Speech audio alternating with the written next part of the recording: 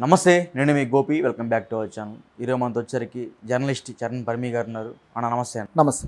So మనం రీసెంట్గా చూసుకోవచ్చు, కార్తీ ఈ ఒక చిన్న సినిమా ప్రీ రిలీజ్ ఈవెంట్లో ఒక డైలాగ్ అయితే వాడారు. లడ్డు అనేది సెన్సిటివ్ ఇష్యూ, దీని గురించి మాట్లాడమాకనని.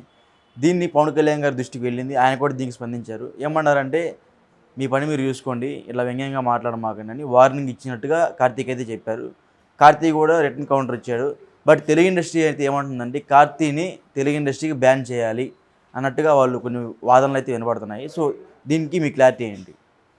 నిజానికి కార్తీ మీద ఇప్పుడు నెగిటివిటీ ఏదైనా వస్తుంది అంటే పవన్ కళ్యాణ్ వ్యాఖ్యల వల్లే వస్తుంది. అవును, అది కూడా కొంతమంది పవన్ కళ్యాణ్ అనుచరులు లేకపోతే వాళ్ళ పార్టీకి సంబంధించిన వాళ్ళే ఇటువంటి వ్యాఖ్యలు సోషల్ మీడియాలో తీసుకొస్తారు. సో వాళ్ళే తీసుకొస్తున్నారు. నిజానికి ఇందులో వివాదాస్పదమైన వ్యాఖ్యలు ఏమీ కార్తీ చేయలేదు. కార్తీ తిరిగి తన వ్యాఖ్యలకి తాను మళ్ళీ రెస్పాండ్ కూడా అయ్యారు. పవన్ కళ్యాణ్ గారు ఏం మాట్లాడారు, ఓకే. నిజానికి ఆయన అన్నది ఒకటి, పవన్ కళ్యాణ్ గారు దాన్ని ట్విస్ట్ చేసింది మరొకటి. సెన్సిటివ్ ఇష్యూ నేను మాట్లాడినాడు, అదేదో జోక్ లాగా ఫీల్ అయిపోయి పవన్ కళ్యాణ్ సెటర్ వేయడం, ఇదంతా సోషల్ మీడియాలో వచ్చింది. నేను కూడా గత వీడియోలో మాట్లాడాను. అయితే దీనికి కార్తీ మళ్ళీ రియాక్ట్ అయిపోయి ఇది పెద్ద వివాదం అయ్యే ప్రమాదం ఉందని ఆయన గ్రహించాడు. ఎందుకంటే పవన్ కళ్యాణ్ గారు ఇప్పుడు ఆంధ్రప్రదేశ్లో డిప్యూటీ సీఎంగా ఉన్నారు. ఆయన సినిమా ఏమో రిలీజ్ ఉంది కార్తీది. ఈ రిలీజ్ విషయంలో ఈ వ్యతిరేకత పెరిగితే అది ఆ సినిమాకు కూడా దెబ్బ. పైగా తను ఏమీ అనకుండానే నెగిటివిటీ పెరగడం అనేది మరింత ఇబ్బందికరం. కాబట్టి కార్తీ రియాక్ట్ అయిపోయి, నేను అన్న మాటల్ని అపార్థం చేసుకున్నారు, నిజానికి నా ఉద్దేశం అది కాదు, సో ఏదైనా సరే అపార్థాలకు దారి తీసింది కాబట్టి పవన్ కళ్యాణ్ గారికి క్షమాపణలు అన్నాడు. అంటే కార్తీ సినిమాని బ్యాన్ చేయబోతున్నారని కొన్ని వాదనలు అయితే వినిపిస్తున్నాయి. అదేవిధంగా తెలుగు ఇండస్ట్రీకి కార్తీని దూరం చేయాలి అన్నట్టుగా పెద్ద ఎత్తున వాదనలు కూడా వెలువెత్తుతున్నాయి. దానికి ఏమంటారు? పవన్ కళ్యాణ్ గారికి ఆయన సినిమానికి ఇబ్బందులు కలిగించగలిగే శక్తి ఇప్పుడు ఉంది. ఉన్నా ఆయన అలా చేస్తాడని నేనైతే అనుకోవట్లేదు. ఎందుకంటే పవన్ కళ్యాణ్ దీని విషయంలో వెళ్తున్న స్ట్రాటజీ వేరు. సినిమా నటులందరికీ ఒక రకంగా వార్నింగ్ ఇచ్చాడు సినిమా వాళ్ళకి. ఎందుకంటే ఎవరు కూడా దీని ఈ విధంగా మాట్లాడొద్దు అని చెప్పేసి కొద్ది కఠినంగానే అన్నాడు. అలాగే ప్రకాష్ రాజ్ మీద కూడా రియాక్ట్ అయ్యాడు. సో ఇవన్నీ ఎందుకు అవుతున్నాడంటే, ఈ లడ్డు విషయాన్ని పవన్ కళ్యాణ్ ఎంత సీరియస్గా తీసుకున్నాడో తెలియజేస్తూ ప్రజల్లోకి ఆ విధమైన ఇమేజ్ తీసుకెళ్ళడానికి అంటున్నాడు. అంతేగాని కార్తీని బ్యాన్ చేయాలి అంటే అక్కడ ఆయన చేసిన తప్పేమీ లేదు. ఒకవేళ అటువంటి నిర్ణయం తీసుకోవాలన్నా అది పూర్తిగా పవన్ కళ్యాణ్కి వ్యతిరేకత తీసుకొచ్చే అవకాశం ఉంది. ఇప్పటిదాకా ఆ టైప్లో ఏ ప్రభుత్వం కూడా ఎవరి మీద అటువంటి యాక్షన్ తీసుకొని నిరసనలు తెలియజేయలేదు, ఏ నటుడి మీద కూడా. చాలా సందర్భాల్లో ప్రకాష్ రాజ్ గారి మీదనే మా తెలుగు ఇండస్ట్రీని 2 సార్లు ఏమో ఆయన మీద నిషేధం విధించింది కొన్ని సందర్భాల్లో. అంతే తప్పితే అది కూడా సినిమా ఇండస్ట్రీ తీసుకుంది, మా అసోసియేషన్ తీసుకున్న నిర్ణయాలు, నిర్మాతల మండలి కావచ్చు ఇవి. కానీ ప్రభుత్వాలు ఎప్పుడు వీటిలో ఇన్వాల్వ్ అవ్వలేదు. ప్రభుత్వాలు ఇన్వాల్వ్ అయ్యి నటులకు ఆంక్షలు విధించడాలు లేదా వాళ్ళ సినిమాలు అడ్డుకోవడం అనేది గతం నుంచే స్టార్ట్ అయింది. జగన్మోహన్ రెడ్డి గారు మొదలెట్టారు అది. పవన్ కళ్యాణ్ సినిమాలో ఏళ్ళు పెట్టి ఆయనకు డ్యామేజ్ చేద్దామని ట్రై చేశాడు. ఇప్పుడు అటువంటి స్ట్రాటజీ పవన్ కళ్యాణ్ పాటిస్తాడనుకోవడానికి ఎటువంటి ఆస్కారం లేదు. ఎందుకంటే నిన్న దేవరాకు సంబంధించి కూడా ఆ బెనిఫిట్ షోలు కావచ్చు, టికెట్ల రేట్లు పెంచుకోవడాలు కావచ్చు, అన్ని రకాల పర్మిషన్లు ఇచ్చేశారు ఆ జియో పాస్ చేస్తూ. దీని వెనుక పవన్ కళ్యాణ్ లేకపోతే అదేం జరగదు కదా. పవన్ కళ్యాణ్, చంద్రబాబు గారు ప్రభుత్వం అనేది సినిమాలకి ఎంత అనుకూలంగా ఉందనేది చూపించుకున్నారు. సో ఆయన తమిళ నటుడు కాబట్టి ఆయన మీద బ్యాన్ విధిస్తామనేది తెలుగులో ఎప్పుడూ అటువంటి ప్రాంతీయతత్వ కల్చర్ లేదు. నిజానికి తమిళ వాళ్ళకే ఉంటుంది అట్లా. ఓకే, తెలుగు వాడు వెళ్తే తెలుగు వాడంటే చూస్తారు, ఎంకరేజ్ చేయరు పెద్దగా. అక్కడ వాళ్ళ మన్నన పొందాలి అంటే చాలా కష్టపడాలి ఒక నటులు, తెలుగు నటులైతే. అవును. ఇంకోటన్నా, కాంట్రవర్సీ అనే ఒక మాట రాగానే వెంటనే ఎవరైతే మనకి ఇప్పుడు ఉన్నారు కదా ప్రకాష్ రాజు, ఆయన వెంటనే మాకు గుర్తొస్తారు. పవన్ కళ్యాణ్ అంటే ఆయనకి చాలా ఇష్టం. అయినా సరే పవన్ కళ్యాణ్ మీద ఎందుకు ఆయన వ్యతిరేకత చూపుతున్నారు? పవన్ కళ్యాణ్ మీద వ్యక్తిగతమైన వ్యతిరేకత ఏం కాదు. ప్రకాష్ రాజు గారు ఏంటంటే పొలిటికల్ స్టాండ్స్ని ప్రశ్నిస్తాడు.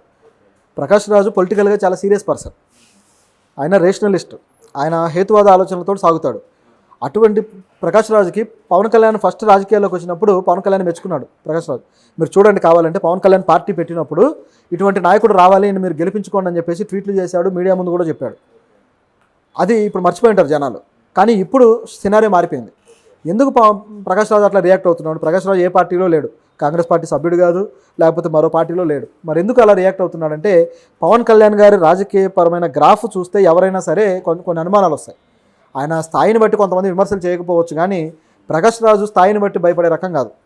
మోడీ గారిని కూడా ఆయన చేసిన రైతులకు సంబంధించిన నల్ల చట్టాలు కావచ్చు, అనేక చట్టాల విషయంలో డైరెక్ట్గా మీరు తప్పులు చేస్తున్నారు, మీరు సరి చేసుకోండి, మీరు సరైన ప్రధానమంత్రి కాదు అని చెప్పేసి అనేక సార్లు జస్ట్ ఆస్కింగ్ అనే ఒక ట్యాగ్ పెడతాడు ట్విట్టర్లో. ఆ ట్యాగ్ పెట్టేసి విమర్శలు చేస్తాడు, ఏమాత్రం వెనక్కి తగ్గడు. బీజేపీకి ఒక రకంగా తలనొప్పిగా తయారయ్యాడు సౌత్లో. నిజానికి ప్రకాష్ రాజు గారు కర్ణాటక వాసి, అందరికీ తెలిసిందే. కర్ణాటకలో కూడా ఆయన గతంలో ఎంపీగా పోటీ చేసి ఓడిపోయారు. ఇట్లా మోడీతో రియాక్ట్ అయిన తర్వాత బాగా లాస్ట్ టైం పోటీ చేసి ఓడిపోవడం జరిగింది సెకండ్ టర్మ్లో. ఆ తర్వాత నుంచి ఇంకా మళ్ళీ రాజకీయాలకి ప్రత్యక్షంగా దూరంగానే ఉన్నా ఆయన ప్రశ్నించడానికి దూరంగా లేడు. విపరీతంగా ప్రశ్నించాడు. ఓకే. అదే క్రమంలో పవన్ కళ్యాణ్ గారి మీద గతంలో ప్రశ్నలు లేవనెత్తాడు. ఏంటంటే పవన్ కళ్యాణ్ గారు మొదటి నుంచి కూడా కమ్యూనిస్టు సిద్ధాంత భావజాలాన్ని మాట్లాడతాడు, చేగువేరాని ఆరాధిస్తాడు. కమ్యూనిస్టు పార్టీలతోటి ఆయన మొదట్లో కూటమి ఏర్పాటు చేసుకున్నాడు, అలయన్స్. అటువంటి పరిస్థితుల్లో ఇప్పుడు చూస్తే ఏమైపోయింది, కమ్యూనిస్టు పార్టీలను సైడ్ చేసేసి బీజేపీతో మాకు భావ సారూప్యం కుదిరింది, బీజేపీకి మాకు కుదిరిందని చెప్పేసి పొత్తు పెట్టుకున్నాడు. సరే, పొత్తు పెట్టుకున్నారు, బాగానే ఉంది. ఆ పొత్తు రాజకీయం కోసం ఉన్నటువంటి దేవుణ్ణి లేకపోతే సంస్కృతిని, సనాతన ధర్మాన్ని తీసుకొచ్చాడు. సనాతన ధర్మానికి ఇప్పుడు ప్రమాదం జరుగుతుందని ఆయన మాట్లాడడం ఎలా ఉంది అంటే, నిజం చెప్పాలంటే అందులో కల్తీ కలవలేదు, ఆ లడ్డును మేము తయారు చేయలేదని చెప్పేసి ఒకవైపు చెప్తూ ఉన్నారు. అయినా పవన్ కళ్యాణ్ తగ్గట్లేదు. లేదు, ఇది కల్తీకి సంబంధించిన విషయం మీకు అర్థం కావట్లేదు అని చెప్పేసి పొద్దున్న నుంచి అదే అంటున్నాడు. ఆల్రెడీ నిన్న రాత్రే ఈవినింగే వాళ్ళు క్లియర్ చేసేశారు కమిటీ. తర్వాత ఈరోజు పొద్దున కూడా క్లియర్ చేసేశారు. నారా లోకేష్ కూడా చెప్పాడు. ఇంతమంది చెబుతున్న పవన్ కళ్యాణ్ ఆ పాయింట్ మీద ఎందుకున్నాడు అంటే, దీన్ని ఇష్యూ చేయడానికి ఆయన రెడీగా ఉన్నాడు. పైగా ఆ విమర్శ కూడా ఎలా ఉంటుందంటే, మీ చర్చిలో చేస్తే ఊరుకుంటారా, ఇటువంటి విమర్శలు అనేవి మతపరమైన భావజాలానికి ఏమైనా తీసుకెళ్తున్నాయేమో అనే భయం కలుగుతుంది. దాన్ని దృష్టిలో పెట్టుకుని ప్రకాష్ రాజ్ గారు విమర్శలు చేస్తున్నారు. ఇది ఇక్కడ ఉన్న పరిస్థితి. సో మళ్ళీ ప్రకాష్ రాజ్ గారు దీనికి కూడా రియాక్ట్ అయ్యారు కదా, సో ఆయన ఏమన్నారు? ప్రకాష్ రాజు రియాక్ట్ అయ్యాడు. పవన్ కళ్యాణ్ వ్యాఖ్యల్ని ఆయన చూశాడు, రియాక్ట్ అయ్యాడు. నిజానికి ఏం రియాక్ట్ అయ్యాడంటే, తాను విదేశాల్లో ఉన్నాను, నేను విదేశాల్లో షూటింగ్లో ఉన్నాను కాబట్టి ఇప్పుడు బిజీగా ఉన్నాను, కాబట్టి మీ వ్యాఖ్యలన్నిటి మీద నేను రియాక్ట్ అవుతా, కాకపోతే 30వ తారీఖు తర్వాత నేను రియాక్ట్ అవుతా. బహుశా 30వ తారీఖు 31 అవ్వచ్చు. సో అప్పుడు నేను రియాక్ట్ అవుతాను.